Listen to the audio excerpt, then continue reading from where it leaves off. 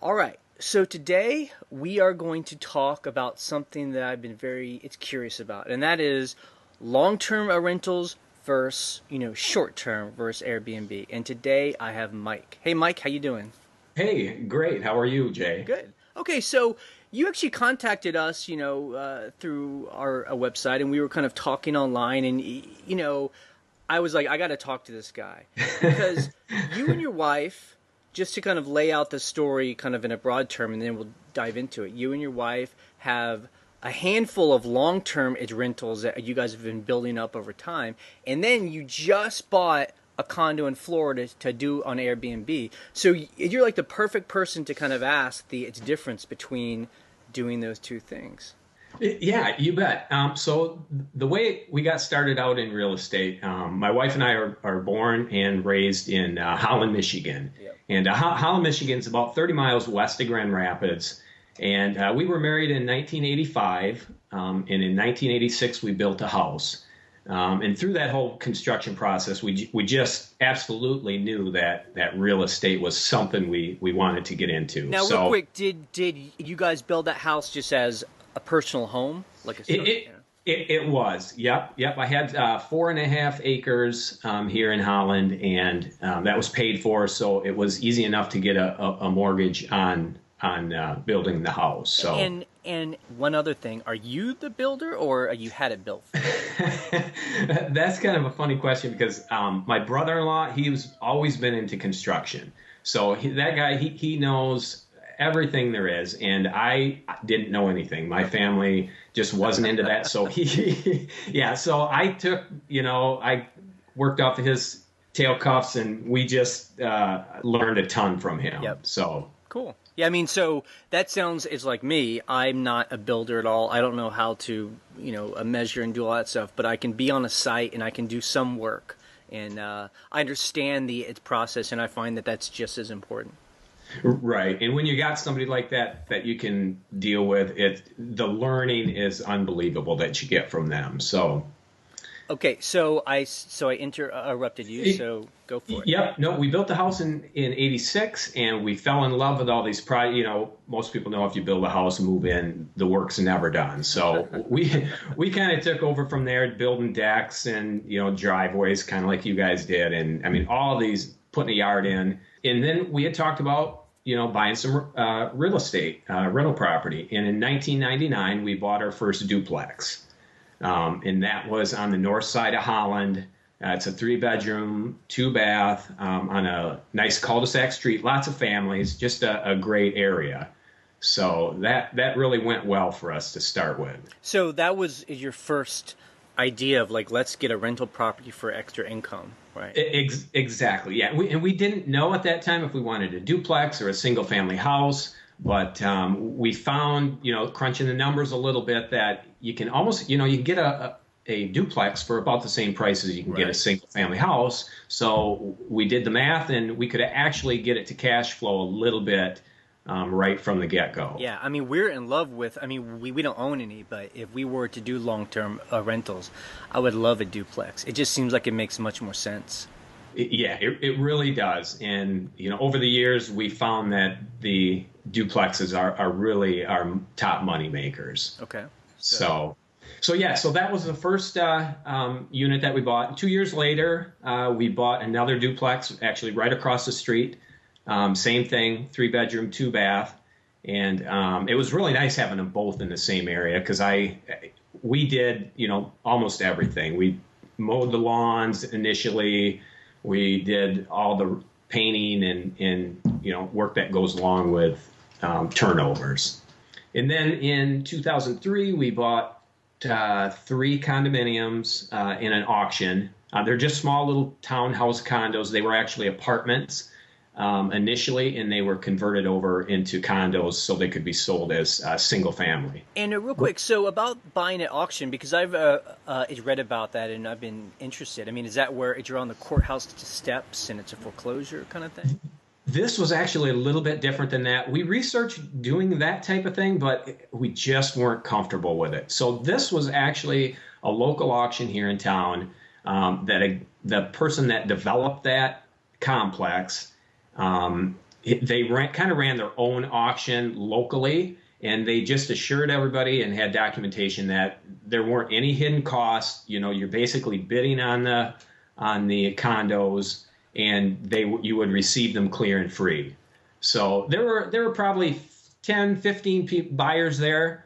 What they were asking was more than anybody wanted to pay, obviously. So then they started asking the question, well, if we package these things together, for a better price, would you be willing to take multiple units? And a few of the people had said yes, they would, and we were one of them. So we bought 3, rehabbed 1, sold it, and now we still have 2. And did you have all the cash or like a bank loan for that?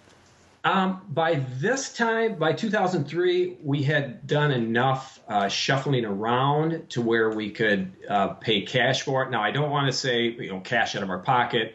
It's because we did a refinance, cash out refinance on one of the other places, and we were able to just move money around that way. So did that make you? I mean, I feel like that would make me feel like a big shot being at an auction and buying 3 condos. Just like you buy, a piece of steak or something, Yeah, actually, it felt good. We like I said, born and raised in Holland, so we do know what the housing prices are, and we were pretty confident in the purchase price that we got them for. So. And did you sell one of the condos then to pay off the debt, or? Well, if we're talking numbers, it's crazy. We paid about $38,000 for each condo. Holy moly, that's dirt cheap. That was pretty cheap. Yep. And so we knew right there that we couldn't let these things go. So we ended up, like I said, rehabbing 1, and we sold that one probably a couple months later for like $72,000. Wow. So that helped the ball get rolling right there. But so that was, and then in 2005, we bought 2 residential houses actually on the same day. In 2005, it was pretty, bottom of the market here, and there was like a foreclosed property on every street corner.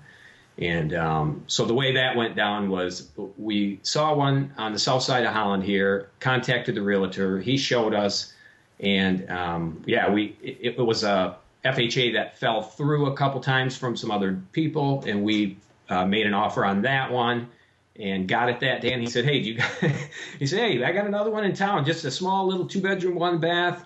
He said, you guys want to go check it out?" So we ran down there, looked at it, and put an offer on that one. And funny story, they looked at our offer, and the next day they said, "Hey, we don't like your offer, but give us another offer. Anything, just give us one more number." So we, it was, I think they wanted to get rid of it, but they didn't have any offers on it, and they needed like 2 of them to show. Right. So we just upped the price $1,000 and said, "Hey, here's what we can do," and they took it. So, but So is that the end of the buying for before the Airbnb? Nope. Then we bought one more duplex. Yeah, I know. In 2015, we bought another duplex, which just was a steal of a deal. We couldn't pass it up, and so they're all working out well for us. So then you have a grand total of 8 long-term rentals, right? Duplexes, condos, and houses.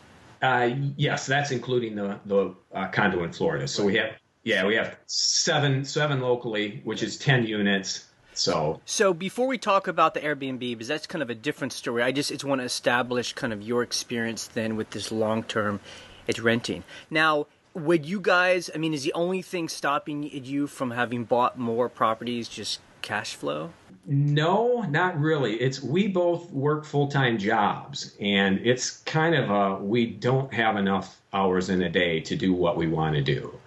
So, I've worked 35 years in the beverage bottling company here, mm-hmm. and I also own and operate a small fish aquarium maintenance business. Wow.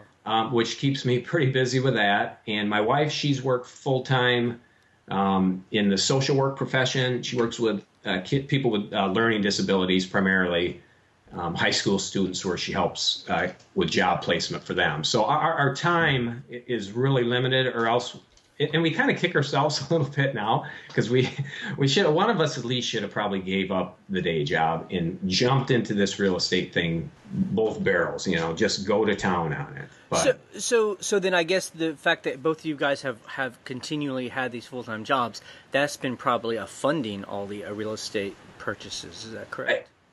Here's how it is, and we can get to this now. Yeah. Our original investment, what we did was we took out a home equity line of credit on our primary residence for $30,000.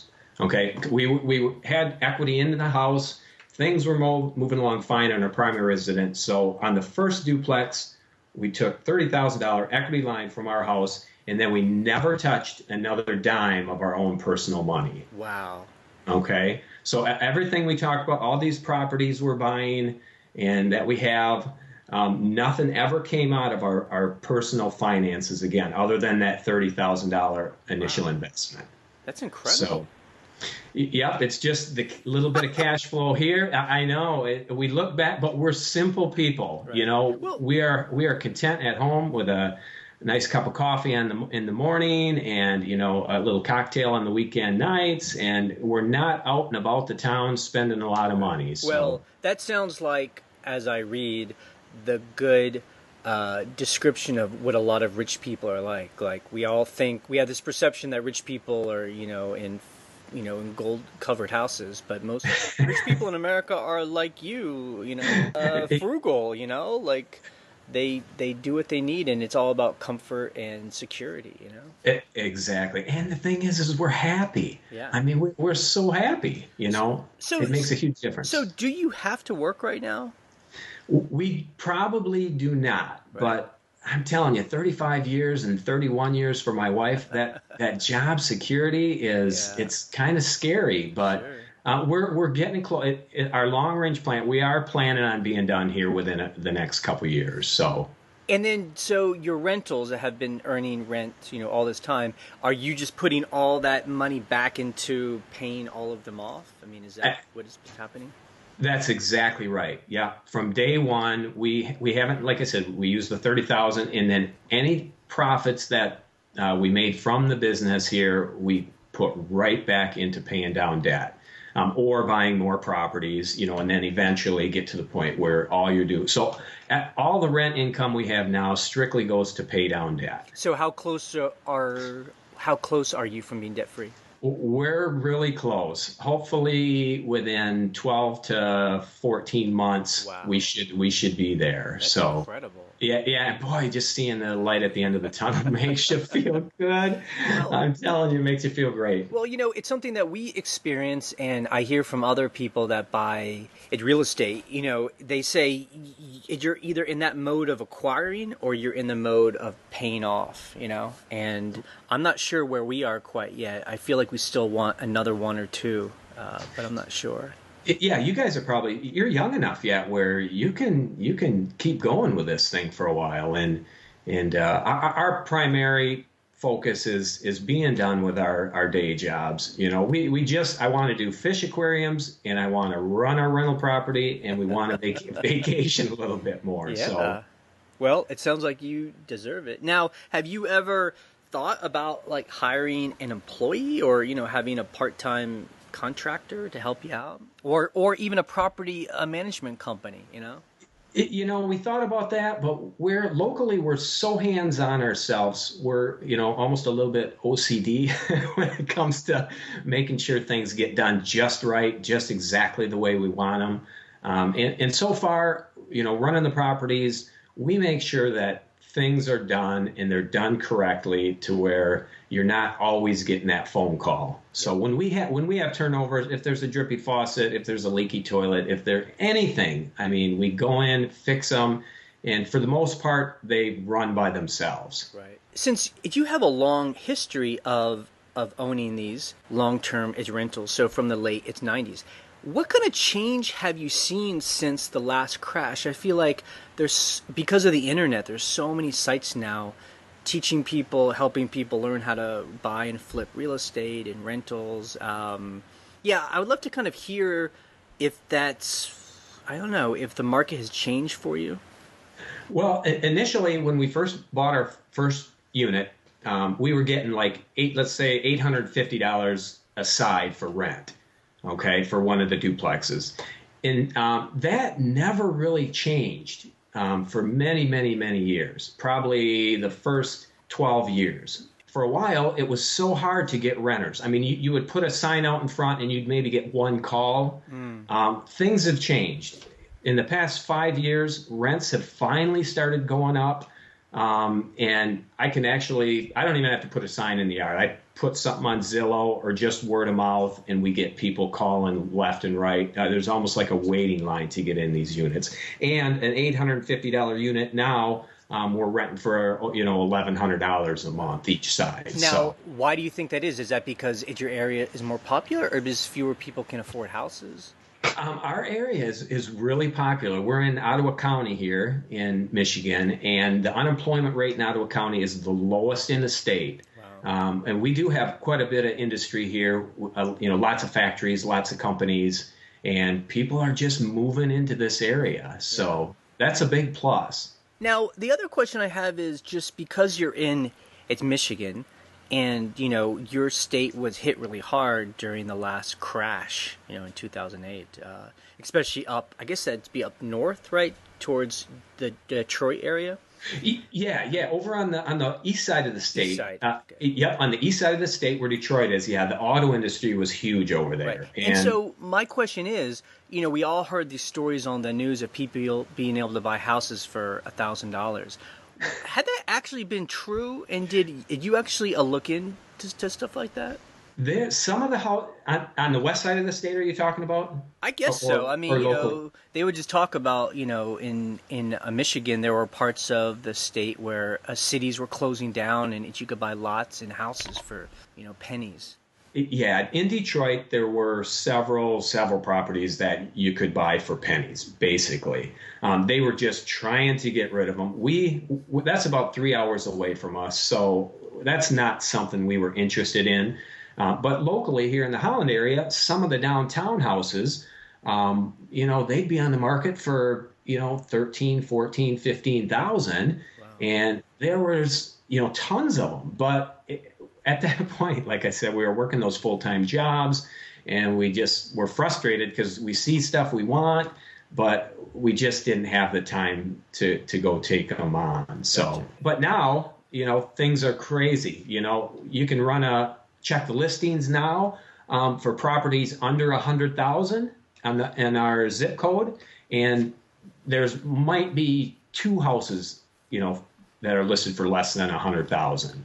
So it's a big change from how it's been, like 10 years ago. I mean, I feel that even in our area, I don't know if the market's getting too hot but we just definitely don't see the kind of deals that we were seeing a while ago. So but I'm sure it'll come back down possibly, unfortunately, if there's another downturn. Because it does seem, we're the same way here. It seems like the market's really, really gone up again. So we're a little apprehensive about, taking on anything else. So, but, I mean, it seems like it's what they say is now's the time to stock up cash. So if there is a downturn, that's when you go and shop.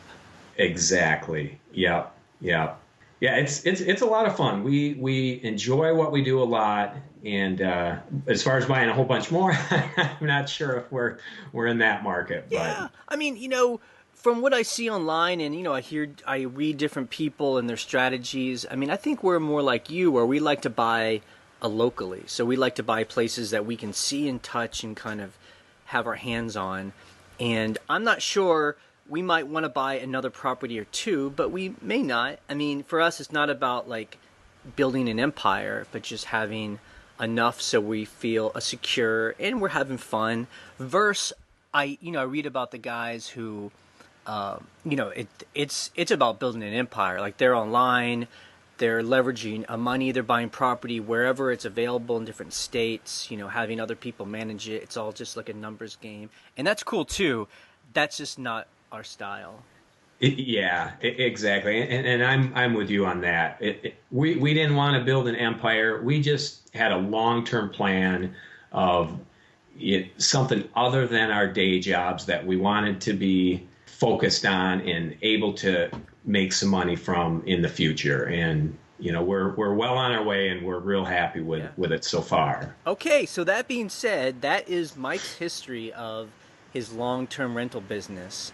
You recently bought a condo in Florida that is now an Airbnb, and it's a different business model, and we'll kind of talk about its differences. But you actually bought that condo because of something you saw on TV, right?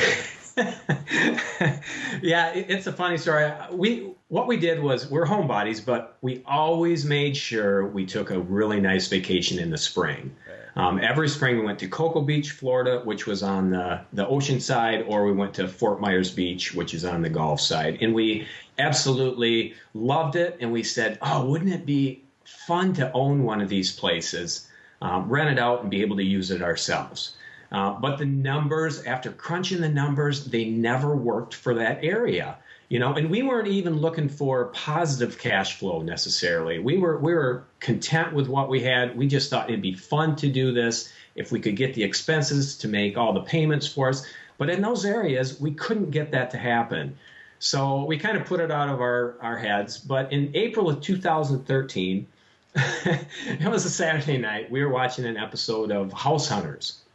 And yeah, it's like we're glued to that show sometimes. But it was a House Hunters episode, and this couple was from Atlanta, and they were in Panama City Beach and Destin, real close to each other, and they were looking for a vacation rental to use for themselves and rent out. And watching the show, the numbers that they were talking to buy one of these places, my wife and I were like, what is going on here? Is this possible? So they ended up buying a place, and we immediately both went to our computers and we started researching, and we said, boy, look at these calendars. They're full. Look at how much they're getting for rent, and look at the price these units are. They were really reasonable. Wow. And it was crazy. So in November of 2013, which is about 7 months later, we packed up and headed down and bought a place in Panama City Beach, Florida.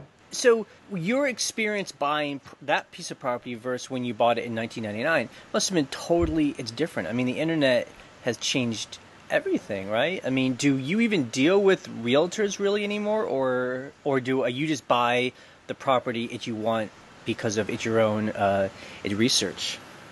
We research a lot. My wife, I got to give her so much credit. She is like an internet genius. She knows the internet. She can research. She reads. She's the one that has to feed me the information and tells me where to go, and then I just kind of read between the lines. But no, we do a lot of the research ourselves. And with the Florida, the Panama City Beach unit, it was literally every day coming home from work on the computer, drop the Google guy on the street, walk him up and down, look at all these high rises. Literally, Jay, when we got there, I actually put my GPS away. Yep. I knew the streets back and forth, and it was amazing. It was a lot of fun. And just so anyone who didn't catch that understands, what you mean is, because of Google Maps, you can go on the maps and you can, click the little guy, and then it does a street, its view. So when Google sends that car around that has a camera, they take pictures of all the roads, and like you said, you can actually tour whole neighborhoods just from its computer. Exactly. That I'm kind of a map guy anyway. Yep. So I love that. You can, just like you said, you can drop that Google guy right on the street, and you can walk them up and down, twist them, look at the high-rise buildings. And I did that for 7 months, almost every day. So what's interesting to me is that you guys were able to buy a condo that didn't have any kind of rules against short-term it's renting. I find that very interesting. Right. Grand Panama Beach Resort, which is where our unit is, it's primarily a vacation rental. There are some occupants that occupy their units on a full-time basis, but primarily they're all rental units, and there's actually a on-site management team, but we don't use them. Yeah, and so you bought it specifically to rent on. Oh, and well, I guess not Airbnb, but on VRBO at first, right? The way the purchase went down on this is we did contact a realtor to show us a bunch of units down there, but we warned the realtor. We said, hey, there's also like 4 units that are for sale by owner. I said, and we're just letting you know that we're definitely going to look at those. So we're not going to sign a buyer's agent agreement or anything. And that was fine with them. They were willing to show us what we wanted to see. So we looked at probably 7, 8 units down there, and we fell in love with this Grand Panama Beach Resort. 2 of the units were for sale by owner in there. So we contacted the owners, and they were glad to show us. And so that's actually how we ended up purchasing. It was a for sale by owner, and they had a VRBO listing at that time, so it worked out well. They let us convert their listing into our name, and we kind of changed things up a little bit and went from there. Nice. And then, what was your experience renting on VRBO only? It was great at first. Things were going along fine, no problems. It seemed like we always had inquiries from VRBO, and then short time after that, things on VRBO started getting crazy.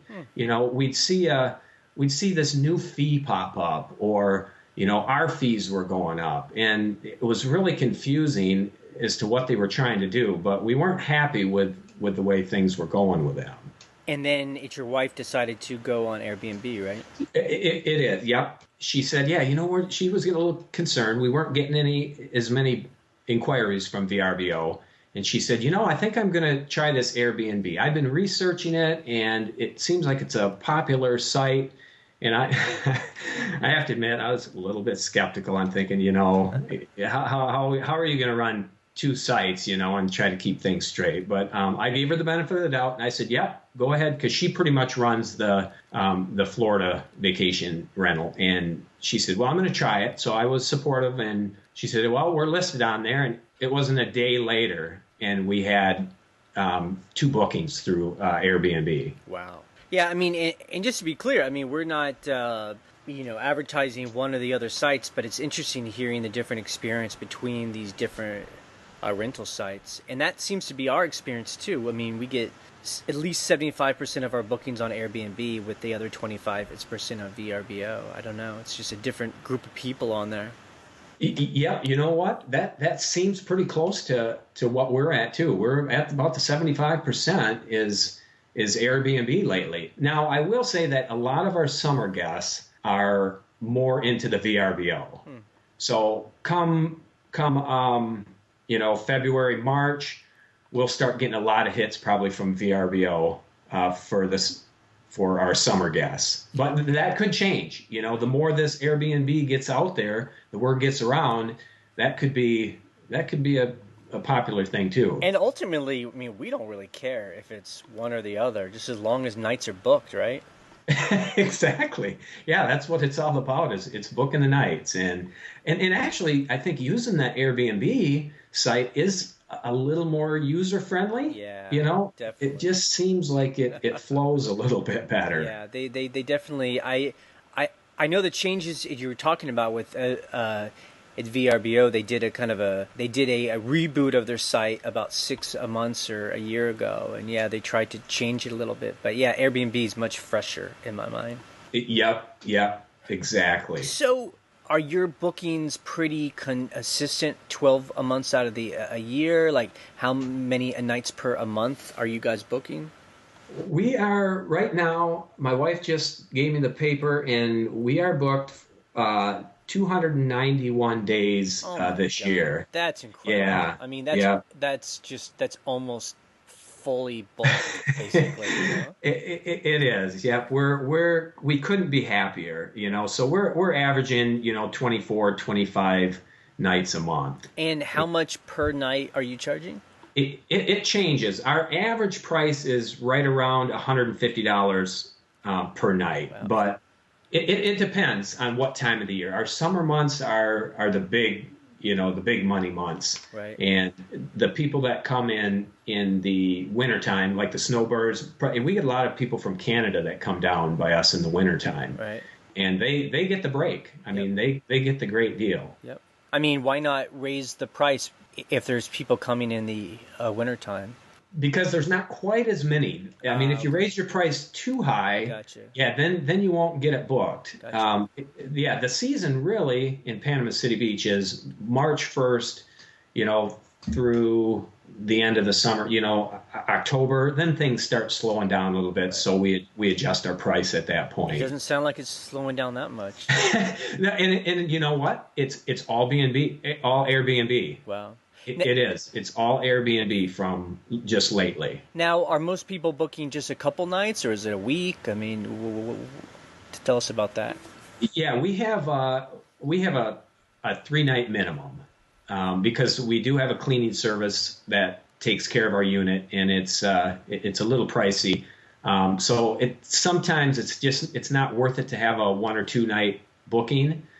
So we just go with a 3-night minimum.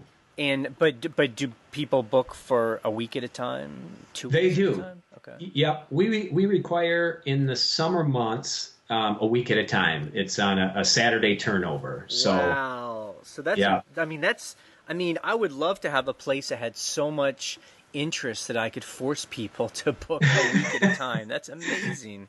Yeah, yeah, and that works out well. Our cleaner knows that every Saturday Yep. she's gonna have a turn. So So then it sounds like you or your wife is able to manage the renters and the hellos just on the internet, and then the cleaner just comes to clean. Is that right? I mean, is there an actual company doing anything? nope, there's no company doing anything. We handle all the bookings ourselves, and like I said, we do have the cleaner, and we've got maintenance people lined up. And it's tough, Jay. I'm telling you, we are so hands-on people that it's tough for us just to let somebody else, do what we want to do. I mean, we Yeah. want to be there. We want to meet these people, and some people don't want to be met, which is fine. We don't have a problem with that. Yeah. But if something comes up, we we would want to be the ones to go take care of it. But we do have a great team in place down there. And how did you build that team? Just It was when we took it over from the previous owners, they had a cleaner that worked for them. And we met her when we were down there when we bought the unit, and she was fantastic. So she agreed to stay on and continue to clean our unit. And since then, she's kind of got out of the business, but one of her top cleaners kind of took over some of her people. And so she's doing our cleaning for us now. cool. And how much does she? How expensive is that? Yeah, it's not cheap. I hear some of the other people that on your podcast, and we pay her $100 each cleaning. Okay. Which we're thrilled with it that she does such a good job for us. But it is, it's a little steep. It's $100 every time she Yeah. cleans. I mean, we But- pay. I mean, we pay our cleaners at $75, which is high for around where we are. But I would rather pay someone I trust and want to keep a little bit more than to try and nickel and dime somebody who might just not think it's worth their time and leave us in a lurch. Yeah, exactly. Yeah, we treat, like I said, we treat our people really, really good. I mean, she hears from us on a regular basis how much we truly appreciate her. And then we did have some people check in just the other day, and they sent a quick email. I'll read this to you. It just confirms what kind of a job she's doing. The email said, "Hi, Mike and Brenda. We got in around 2:30 this afternoon, and the check-in went smooth. The condo's beautiful, very well kept. Whoever cleans this place for you deserves a bonus."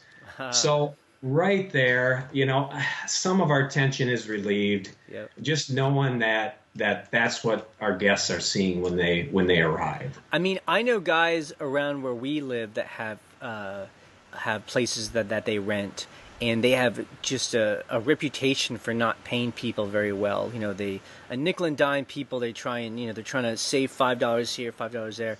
They only have problems, and when I talk to them, they only complain about people and about their problems. And I don't know how to tell them. Just pay people a little bit better. I mean, that's the answer. Absolutely. Positive reinforcement. Tell them that they're doing a great job. You can't do this without them. I mean, and pay them well. Yeah. It goes a long way. Invest in people. That's That's what we try and do. Exactly. And then, so did you manage it from far away? Have you had, I mean, my perception of having a place on the beach in Florida, especially a vacation a rental, is the nightmare would be, you know, 6 guys rent it and they just tear the place apart and it's a party and they're drinking. And how do you deal with that from being so far away?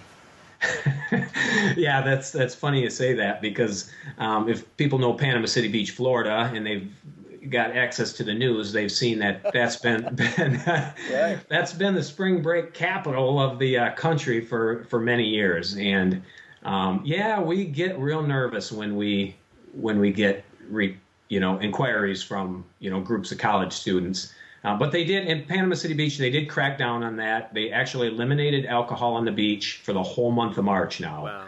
Wow. But prior to that, yeah, we'd have some groups of college students. We'd try to get the groups of girls if we could, because they would seem to take care of it a little bit better. But we warned them. And here's how I eliminated a lot of them. We'd get inquiries on there. They want the place. They want the place. We want to book it now. And I would say, fine. Here's my number. Call me. I need to speak. I need to speak with you, and we'll consider renting to you. Right. And most of them never called back, or they never gave me a call. So right there, I didn't want to rent to them anyway. Right. But the ones that did call, they were like, yes, sir, we're a group of Marines or something that just graduated from this academy. We want to get a little vacation, and yes, sir. We rent to them, and the cleaner says the place was spotless. So do you do that for every single guest, or just during the spring break period? During the spring break, we kind of keep an eye on things really, really tight. Yeah, I don't have to talk to every guest that inquires and wants to book. It's just the spring break students that we really vet pretty good. And so, have you had any kind of problem at all? Not too bad. We had one time we had a group of students. They were there and they thought that they were staying till Sunday.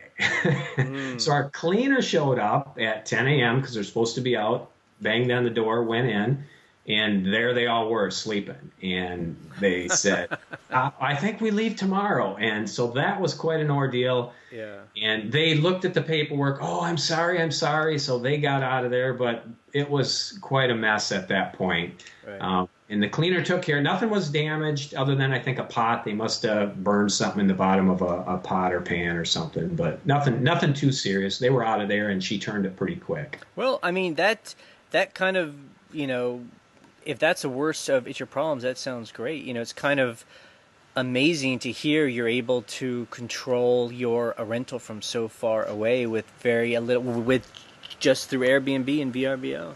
Yeah, it's worked out well for us. And the key is, and we hear you guys talk about it all the time too, is, give them a nice place. Yeah. If they walk in and the walls are marred up and stuff is all in disarray and, the cabinets aren't nice and neat and tidy, that's how they're going to treat the place. But if they walk in and they see a great place to begin with, I think they kind of scratch their head and say, "Oh, wait a minute, we better think twice about doing anything crazy here." Right. I mean, plus I think it's broken a window idea that they say. If you're in a neighborhood and someone sees a window, that can attract more vandalism and all that because they think no one cares about that street. I think if you have a rental that's a little bit run down, people just think, it's a rundown rental. Let's trash the place, Exactly. Yeah.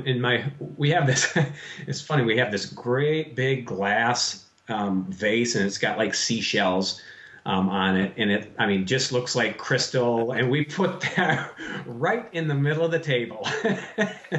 So we figure, hey, if somebody sees that, they're going to really be careful. Yep. So. Okay, so let's talk about now the difference between your Airbnb experience, the short-term rental versus all of your other property that is just long-term, it's rentals. I'm going to assume that you're making much more money on your short-term. Is that correct? Yes, we are. Yep, the totals are not too much difference, but locally, we'll just start with the two condos that we have, the small little condos, we take in rent of like $775 a month, and the expenses for those are $275. So we're getting a net profit of about $475 A month. A month on those.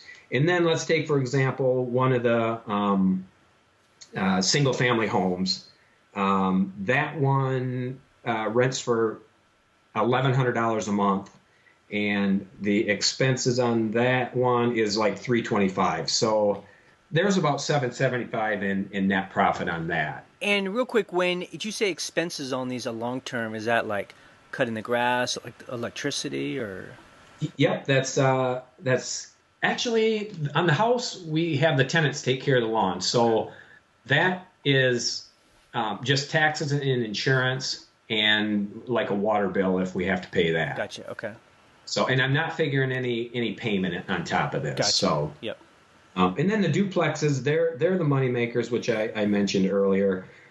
Those we take in like $2,100 in rent, and the expenses on each unit, well, not each unit, but on the building itself is about $550. So we're getting a net profit of about $1,600 plus on those units. For each a duplex, or for both of them together? It's for both of each duplex. Gotcha. Yeah, not per unit, but per building. So, sure. Okay. Yeah, so those numbers are great. And then when we're talking about the Airbnb in Florida, and like I said, initially, we were just looking for a place that didn't even need positive cash flow. But that's really not the case, which we're kind of happy about. So, yeah, we're taking in probably about $2,500 a month average on the Florida condo. And the expenses are quite a bit higher because we've got the condo association fees and that stuff. And those expenses are about $1,200 to $1,250. So we're netting, $1,200 plus on the condo as well. Okay. So it's not, I guess I was assuming it was going to be a whole lot more, but then it sounds like your expenses are a little bit more down there. The expenses are more, yeah. When we're talking a condo association dues of $450, and then you've got your taxes and insurance, and electricity's quite high. Right. You're paying your cleaner, some maintenance repairs, yep. That type of stuff. But we're thrilled with what we're making on it so far. Okay, so as we're comparing these long term versus short term, the money seems, about the same. Now, the difference is handling people. Do you is it difficult having long-term people in places? Are you dealing with people who don't pay, it being vacant for a long time? Once we get people in, like I said earlier, we give them a tip-top, perfect place. Once they get in and know me, they don't know me from the previous landlord they had. And some landlords do get bad reputations. But we take the high road. We run our business different than a lot of them. We respect our tenants, get them into a really clean place. And for the most part, we have very few problems, but that's not always the case. And and just before you talk about any bad experiences, do you meet people, and how do you vet them? Are you doing credit checks and calling previous landlords? Yep, they fill out an application, and we go through the application. And my main thing is, definitely for them to have rental experience from another place.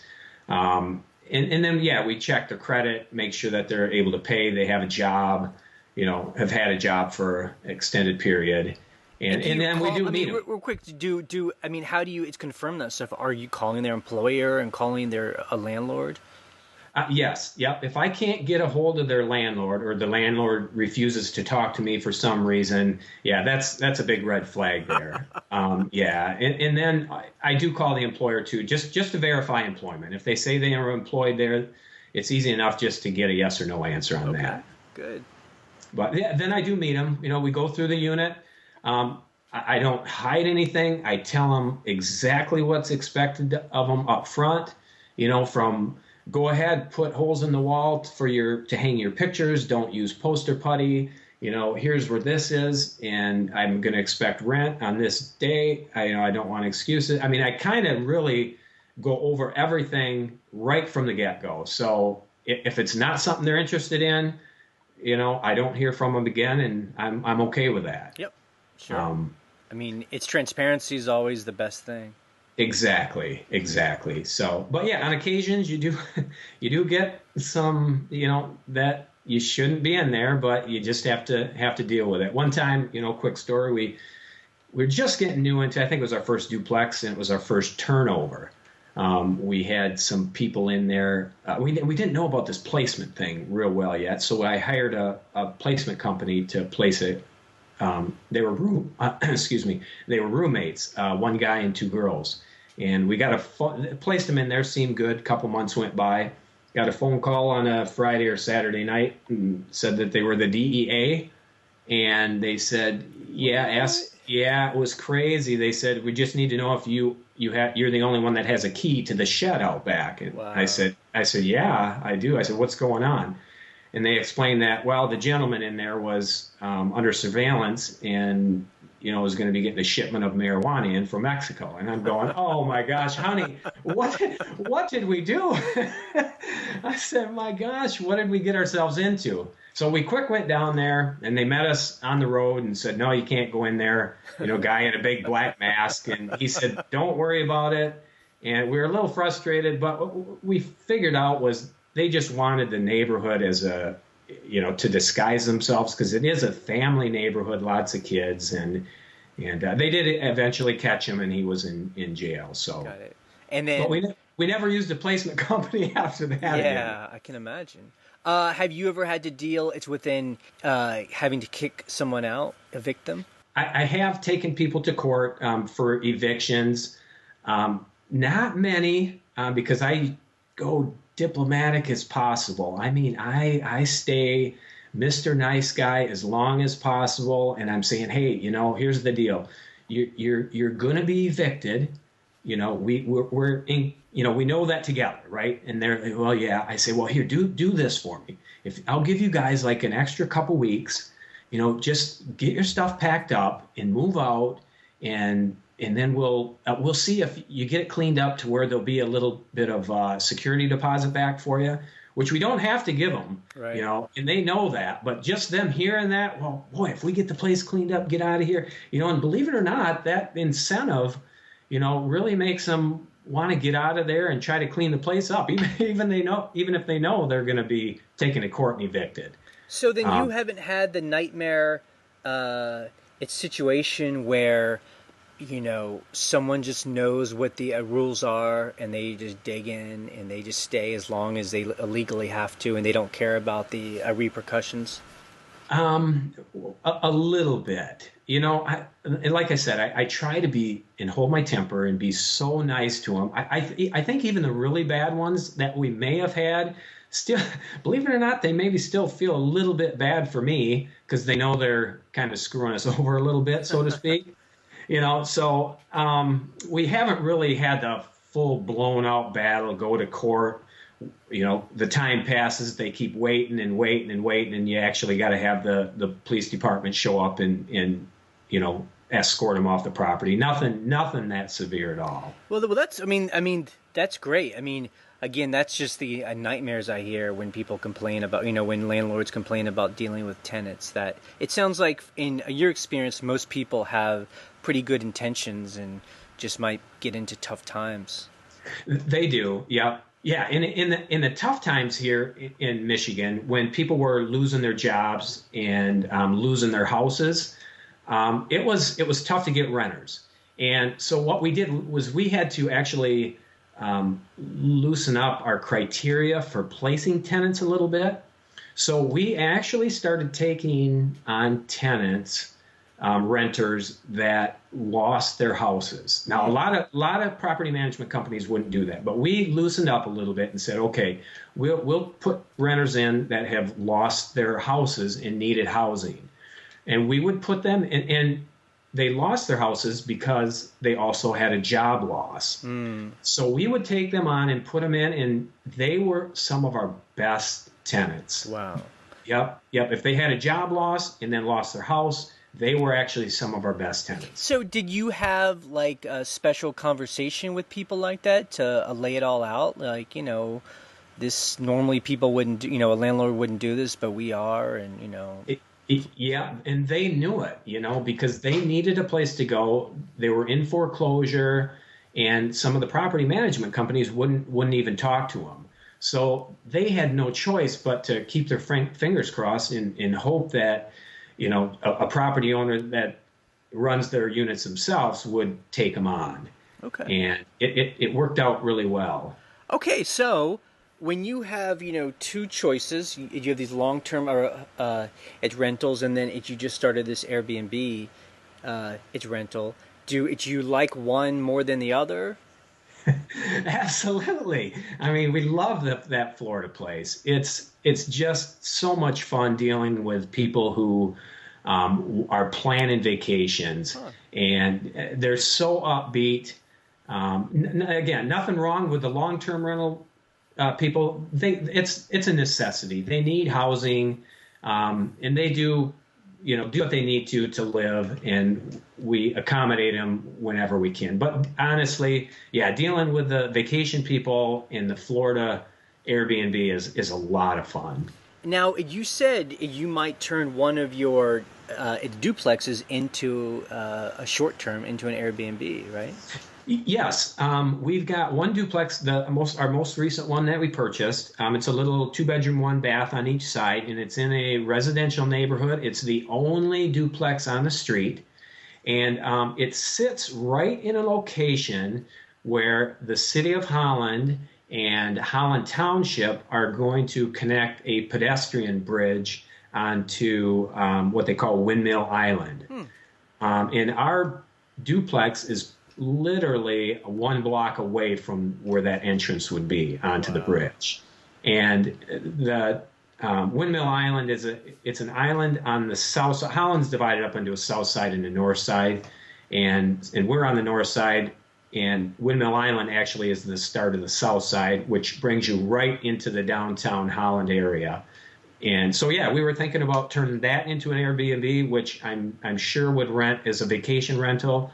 And also, my parents live full time in Florida, and my wife's parents live in Florida half the year, and they live about 2 hours north of us in the summertime. So when they would come down, we'd be able to block out our calendar on Airbnb for them to stay in that unit when they come to visit. Oh, wow, that's nice. And so this brings up an interesting issue, like, all the controversy around sites like Airbnb is, people taking long-term rentals off the market and just making them into its vacation homes. Do you see that as being any kind of problem in your area where,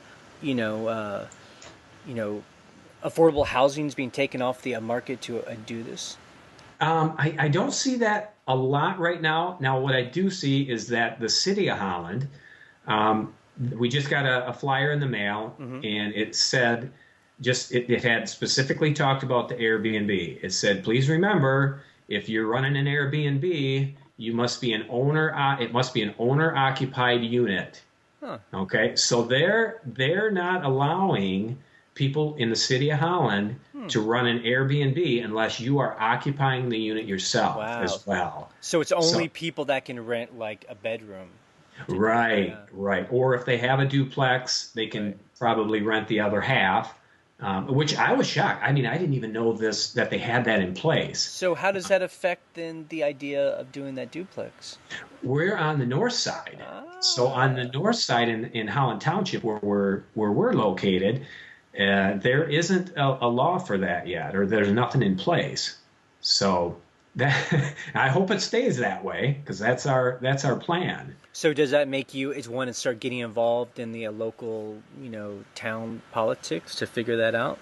Nah, not really. Yeah. I leave that to other people. In fact, I'm surprised that there's not more articles in the paper, because I'll pull up the Airbnb map, and zoom into some of these places, and I can tell by the addresses and the streets that, No, those aren't occupied by owners in renting a room, Right. because it says right in there they're renting the whole house. Yep. So I think the city is going to either start cracking down on that, or there's going to be a big battle on their hands. Now, have you gone? I mean, I'm sure you've done this. When you go on Airbnb, what kind of competition is there in your area, and what kind of prices are people is getting, and how often are they booked? That's what shocked us. I do the little map where you can, see the bubble, and I'd go on to some of these places, and I was trying to find units that were like the whole houses, because we weren't going to do a room to room thing. And some of the houses they were renting for, anywhere from $110 to $150 to $200. And then if you get out by Lake Michigan, some of those were renting for $500 to $700 a night. Wow. So, but the big question is, how often are they booked? I mean, are they just weekends? their calendars, and it could be kind of tough. Some of their calendars look like they were booked a lot, and I'm thinking, how can that be? But it's deceiving a little bit, because if they're, if it's not true, if they're just blocking it out because they don't want anybody in their house for that period or whatever. But the way the calendars looked, it's definitely something we were going to give a shot at, on this duplex. Yeah. And the location. There's nobody. This would be the closest to that pedestrian bridge. Wow. Around. Yep. And Grand Rapids too has, multiple colleges, right? Like, it's kind of a college town. Is that correct? Yeah, Grand Rapids. Actually, in Holland, we have a college. It's called Hope College, and it's a private school. And there's a big market for housing when parents come into town, right, and to visit their kids for different festivals or activities within Hope College. Right. So there is a need for that. Yep. Well, I find this very interesting because we kind of have come at it from the opposite way, where we've started with buying these short-term rentals, but actually, Ryan is actually really wanting to buy a long-term place, and we've just been doing the numbers and seeing is what makes sense. So it's really interesting hearing your experience on both sides. So just to see what would be worth our time, Right, and it depends too. The Airbnb does actually take more of our time, and it's fun. Like I said, it's a little bit more fun. But the long-term rentals, once you get them tenants in there, things just go smooth, and there's a lot to be said for that too. Right, because that, I guess, is what attracts her. Is we enjoy working with our short-term rentals, but she has this dream of having passive income. Now, would you call those a long-term as being, fairly passive? I would. Yep. I wouldn't say 100% passive, like you have a dividend stock or something like that. Right. But for the most part, yeah, I would consider it, passive income, right, which was what we're trying to get to. Oh, and the Florida place is we do go down there twice a year ourselves. So we get down there, we do some painting and we do some cleaning, and we're able to make any changes that need to be done. And we're still able to enjoy a few days on the beach too. So just to kind of wrap this up, this is interesting to me. So you guys are thinking about maybe leaving your jobs in the next couple of years. Your long-term rentals will be pretty much paid off. So you're kind of retired at that point. Although retirement these days doesn't mean like you don't do anything. It just means then you can pick and choose what kind of work that you want to do. Is that right? Oh man, you took the words out of my mouth. That's exactly right. I want to be able to get rid of my alarm clock for one thing, because 4:30 for the past 35 years. Oh my God, that's just not going to happen anymore. Yeah. But no, the word retirement is we're just too motivated. We're too high strung to actually use that word retirement. But no, so I'll take over mowing the lawns again. We'll rehab the places as they need to be. If we find a good deal on a house here locally, we'll buy it, fix it up, sell it, flip it, anything. options. That's what my wife keeps Right. telling me. Well, I She mean, I think the best way I've heard it is it's not that in a retirement, it's not about stopping to work. It's your best work, doing the jobs that you want to be doing. Exactly. Yep. Get up, do what you want to do. So, and that's it sounds like that's what you guys do too, which I'm a little envious of you, but hopefully we're gonna get there here shortly. Now, my last question is, and this is a personal one, so you don't have to answer it, but so how old do you think you'll be when that day starts of throwing away the alarm clock?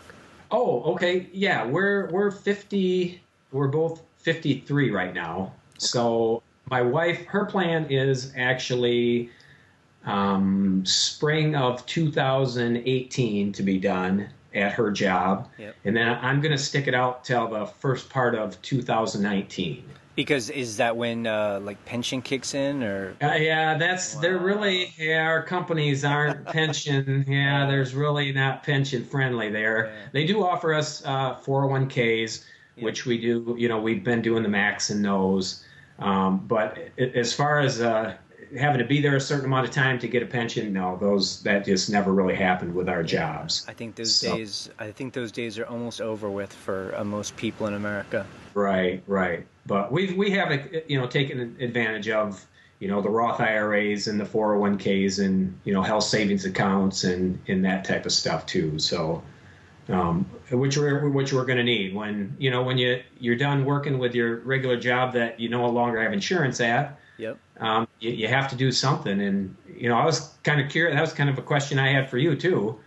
Yep. Is how do you do the health insurance thing? Sure. I mean, the problem got solved for us, but now I think it might get undone. The Affordable Care Act, Obamacare, is what worked. It's for us. Okay. We get very good affordable health care through that system, through healthcare.gov. But it sounds like with the new administration,